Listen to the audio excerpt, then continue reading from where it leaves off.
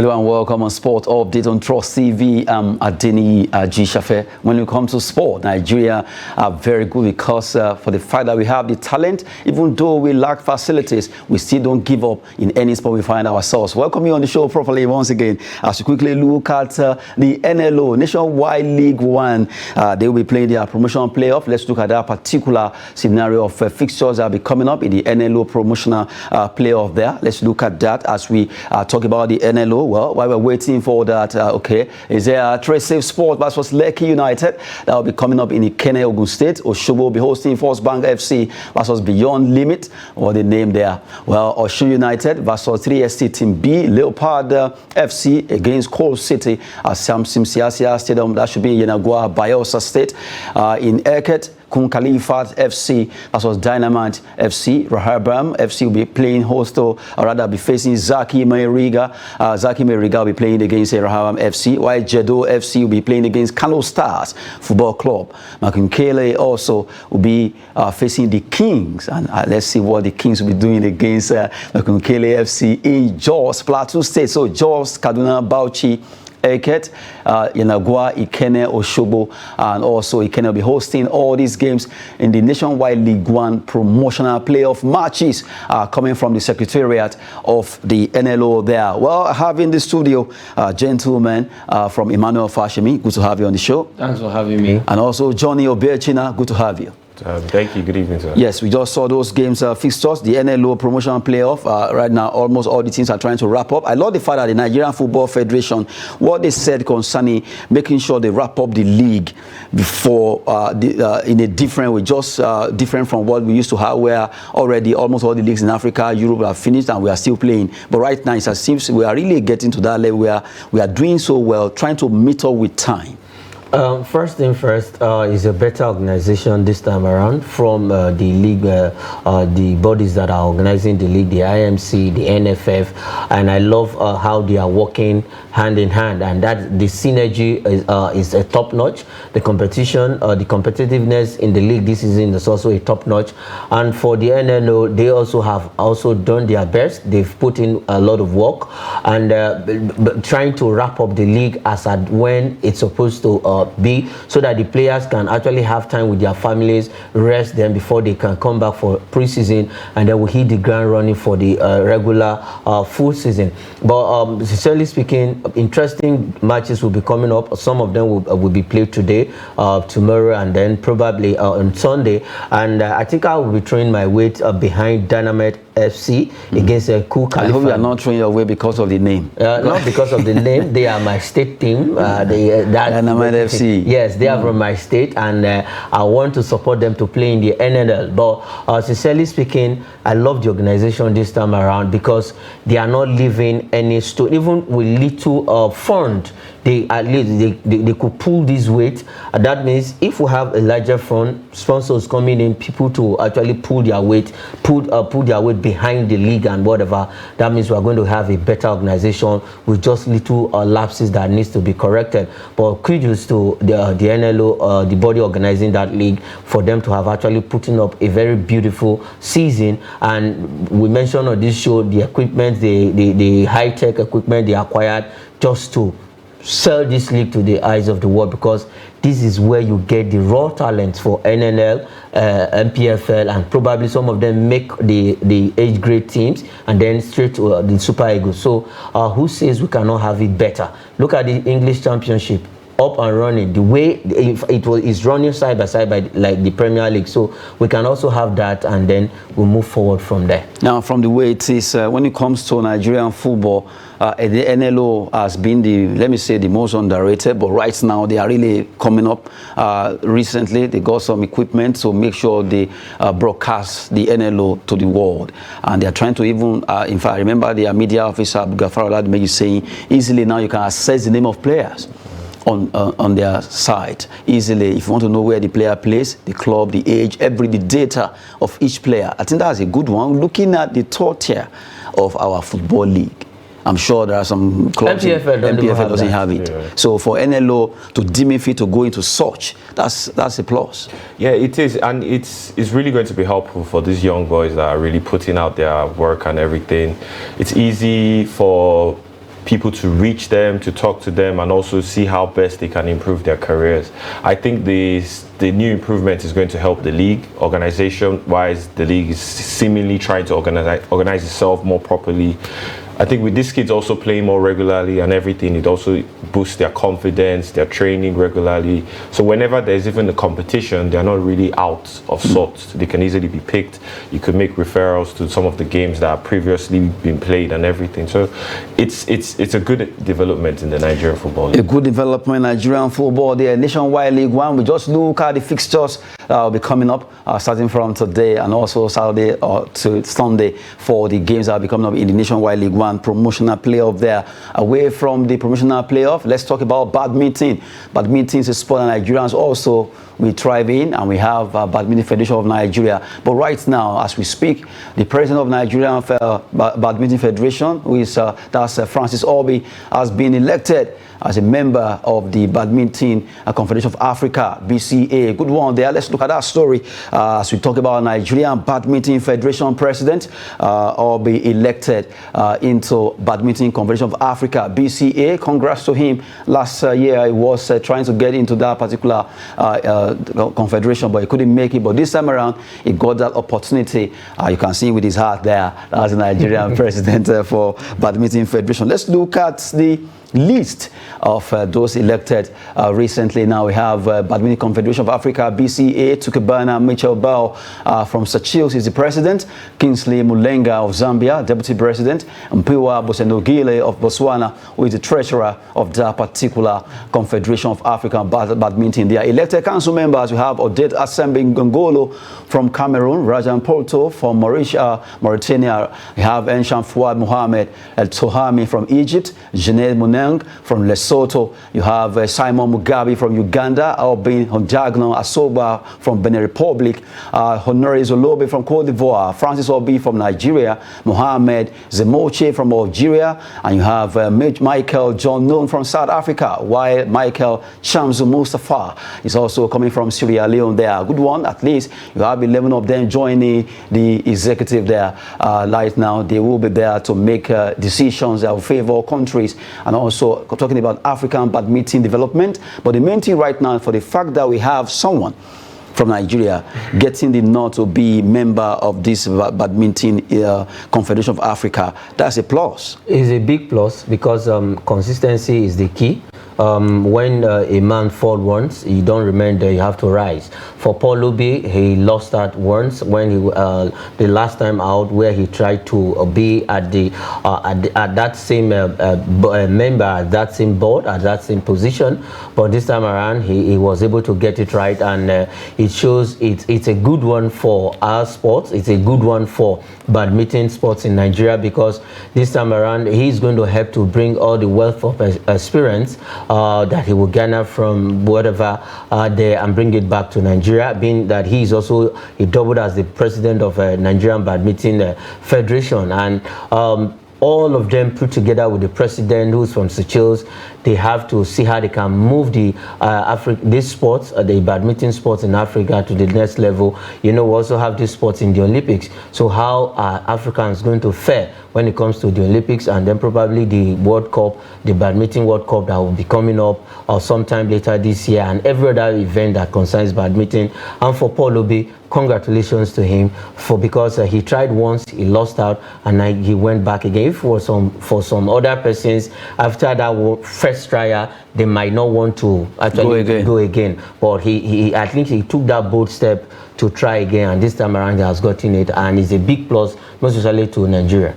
A big plus for Nigerian badminton right now, because we have someone that will be there to represent us and also to see how they can promote badminton in Africa, and also not forgetting Nigeria. It's getting momentum. We have the likes of Dorcas Adeshokon doing well in this particular sport, and we hope that we can see more talent coming from badminton. Away from badminton, recently some Nigerians traveled to South Africa and they participated at the Durban ITTF, International Table Tennis Federation World Championship in Durban, South Africa. Well, so painful. Africa #1 1. Haruna Quadri was bundled out in the second game. But we have a Nigerian, Taiwo Mati.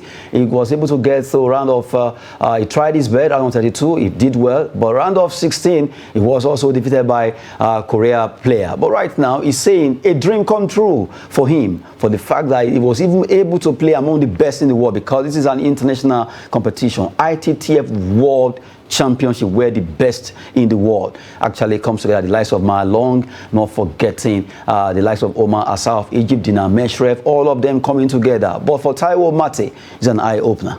A big eye-opener.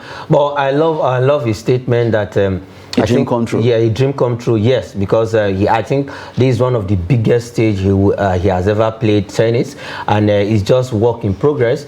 Like I mentioned on the show within the week, that we need those who will take over from Haruna Quadri, and this young man has come on board. He has age on his side, and for him to actually for him to play with the big boys out there in Durban shows that yes, he's going to get better, because this is your first time, and you know, when you come to a competition like this, there are other persons who are way ahead of you, and for him to even pull his way down to the right round of 32, good one. Look at Quadri lost out, and he was the only our hope, but at the end of the day he also lost. But you know, that is when you lost a game, he didn't just lose gallantly to Wunjin or whatever. He also, I think, he got 9 points from Wunjin serves. But at the end of the day, he told himself, yes, he knows that he will go back there, better person, better player, and do better when it comes when next this tournament comes up. We've been seeing a lot of Nigerians in table tennis, but it's been a while. We've seen young talents joining the clique, but hopefully we can begin to see new ones now. What are you going to say concerning this competition for Nigerians? No, I mean, table tennis, to be fair, has also been a sport that Nigerians we've been trying to break through into this. It's always maybe the Asians that are the top notch, but like you said, Haruna Quadri, who I think recently he was he's been made number 13 in the worldwide ranking. So we're beginning to edge up the ladder. We're trying to creep up there, and this young man Dati has shown that he can also compete with the best. I think now he should understand that he's now in that platform. It was good for him to acknowledge the fact that being here was quite an achievement. Then the next step now would be at least to go into the tournament and see how far you can go, if not possible, winning the tournament. Well, good one for Taiwo Mati, trying his best at the ITTF in Durban, South Africa there. More of Nigerians who play table tennis. After all, we also have our own Haruna Quadri in Trust TV. Very soon we'll be unveiling him. Anyway, let's move away from table tennis as we quickly talk about women football. Women Waffle B taking place in Ghana, precisely in Kumasi. Our team, the Falconets, are doing well right now. Their coach is talking tough. We are in Ghana to lift trophy. That's the coach, Chris Danjuma. They've been fighting well. They won 7-0 first game against the Republic, and also against Benin Republic, rather Togo. They won 6-0, making it 13 goals in 2 matches. And we just have to appreciate the fact that the ladies are really doing so well. Right now, he's saying we are here to lift the trophy.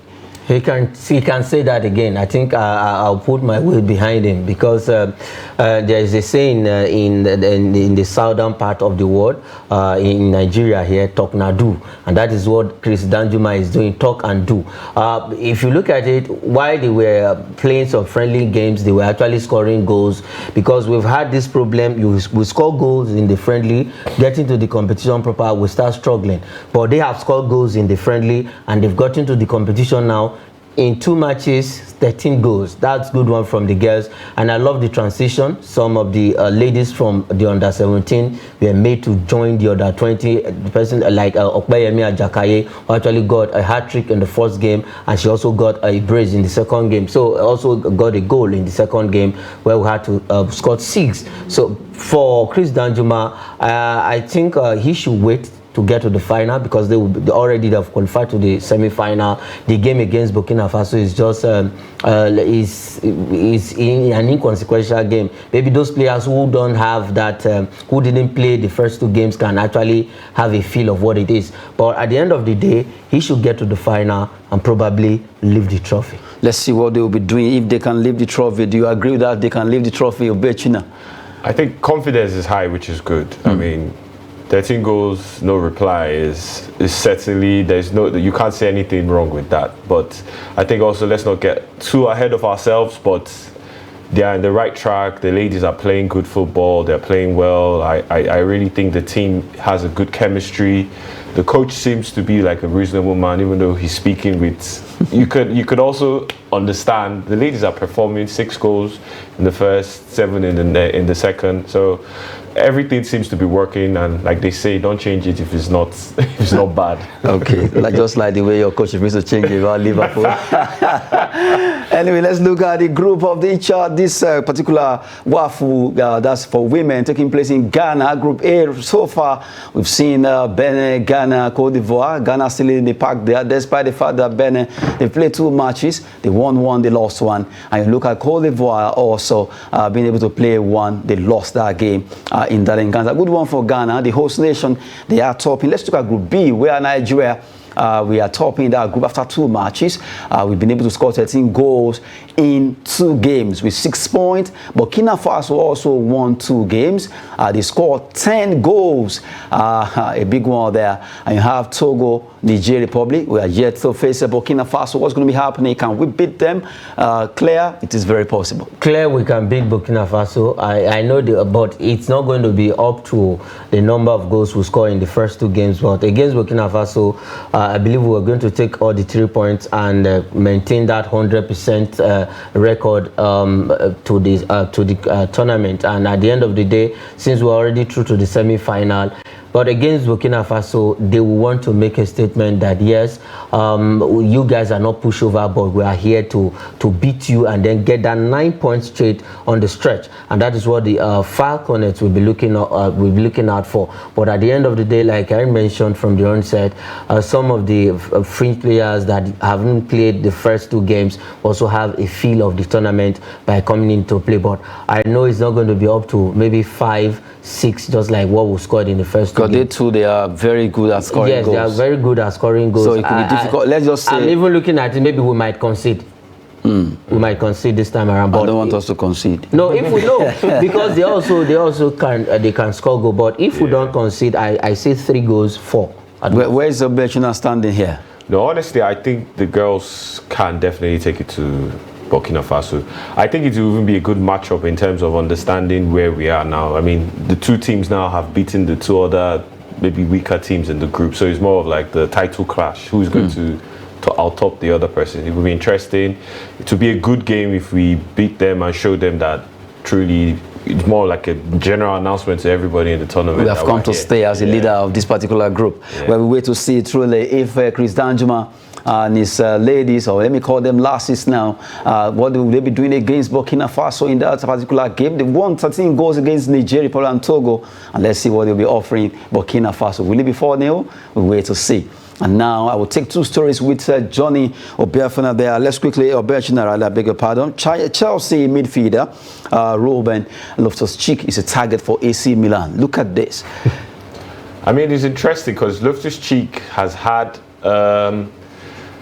in Chelsea, he hasn't had, I would say, not the best career even for all the talent that he has had, or he has rather, because he's still relatively young. He's a good midfielder. He's strong. He's quite athletic. Maybe injury prone, but Chelsea are they need to recoup the money they've spent. They've spent over 600 million since the new owner came. They have a lot of players that are going to definitely let. Some of them might even be just coming at the end of their contract, so they need to find a way to recoup the money. Loftus-cheek going to AC Milan wouldn't be a bad idea. He could reunite with his brother Fatayo Tomori in AC Milan as well. It's a reasonable thing for all parties involved, Chelsea, AC Milan. If they get the right price, it's a good deal for him. But from the way it is, you mentioned Fikayo Tomori now, that could be a boost for him, looking at, okay, Tomori is actually thriving here. Let me go there and also join him. Exactly. Tomori has already even won the Serie A, so it's like, come on here, let's try and win this together. Because I know players, they use players to get some of them. Induce other players to come over to the team. Yeah, it would be interesting. I mean, to be honest, Loftus-cheek, unless he has had a conversation with Pochettino in terms of, are you going to like look towards bringing me? Am I getting my time? If not, it's a good move. AC Milan, just even though they are back in the Champions League, even though they got knocked out by their own brother Inter Milan. But they've shown that they can compete. So it's not a bad situation for him to move over to AC Milan and at least try and rejuvenate his career, because he's a very talented young man. He's still quite of age and has enough time to. Yes, we've been talking concerning that move from Chelsea player Loftus-cheek to AC Milan. The Rossoneri's, would they be able to get him? Let's wait and see if we're joining Fikayo Tomori there. And the last one that has to do with Everton. Everton in talks with Botafogo. Botafogo is a club in Brazil. The coach, Luis Castro, as a replacement for Sean Dyche. Dyche has been with them, but right now that marriage is really collapsing because of the fact that Everton seems to be going down. If care is not taken, they should be out from EPL this season. They should be. Well, I don't see Everton actually going. They could put surprises because come on Sunday, because that's the last day of the league, and it's going to be a big fight between them and Leeds United. Nottingham Forest, as they stand right now, are safe. They could. It's just the fight is between Leeds United and Everton. But if they bring in this man from Castro from Botafogo, I think it's going to be a good one for Everton. And looking at Sean Dyche, is a man who actually thought he could rescue Everton from their murky waters, from their troubles, but it seems it was not working. The first 2-3 games, he actually showed some glimpses of okay, maybe good thing to come. I can pull this thing to stay in the EPL, but when he started losing, he lost about 2 games straight on the bounce, and it was not looking too good. And they were able to beat Brighton 5, even though to actually rescue the situation. But it's going to boil down to the end of the season, the last day matches. Let's see what will happen for Everton. Now, from let's even digress a bit from the transfer of Botafogo coach Luis Castro. If you look at EPL this season, during the predictions and all that, this one will be top 4, this one will be top 4. Which team really surprised you most, Johnny? I think, for me, apart from maybe Man City and the top boys, Brighton. Brighton really, they've been growing over the years, and I've been seeing them play wonderful football. The team management is there. Even when they, what's his name, Potter left them and went to Chelsea, they quickly replaced him with another decent manager that simply just went on with the football chemistry. And Brighton, if you saw that game against Man City, I've never seen anybody play Man City like that and make Man City actually defend. Maybe that's why Guardiola is a bit kind of afraid of De Zerbi, the coach. Yeah, I mean, he's been mentioning his name, that they should watch out for Roberto De Zerbi. And the credit is due, because if you watch Brighton's game, I think they beat every top 6 team in the league at least once. And then whenever they play other like minute teams, they beat them well. They play good football. They pick up talents. Whenever they sell some other players, they pick up talents that are not known, but yet when they come in, they seem to hit the ground running, like the young Minatomo guy that has been causing so much havoc in people's defense. Alex McAllister, who's hopefully coming to Liverpool, is also a gem. I see you smiling there. I see you smiling there. What of March too? Yeah, March as well. They always seem to, even when they sell, they know how to replace, recruit, and also just come back.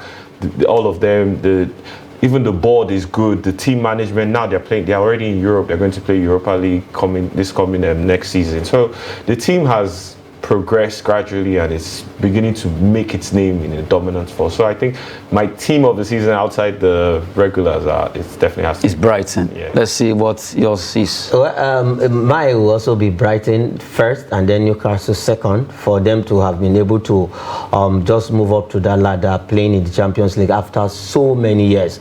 But for Brighton, I think Potter did a great job. I actually blame Potter for leaving that place for Chelsea, and he built a team and left it. But for De Zerbi, according to Pep Guardiola, watch out for that man. And why both of you actually celebrating Brighton and Newcastle for being your revelation team for the season? Mine is actually Doma United of MPFL. Good one. They really did well, surprising almost all the team. They almost made it Super 6. Almost. It was a painful almost. one for So me, Doma United for me, that's the team for this season so far. Well, good one to have you guys on the show. Thank you very much, Johnny. Thank you so much. And Emmanuel, thanks so much for coming on the show. Pleasure. Adeniyi Ajishafe. Sport, as you say, is always business and fitness. Thanks for watching.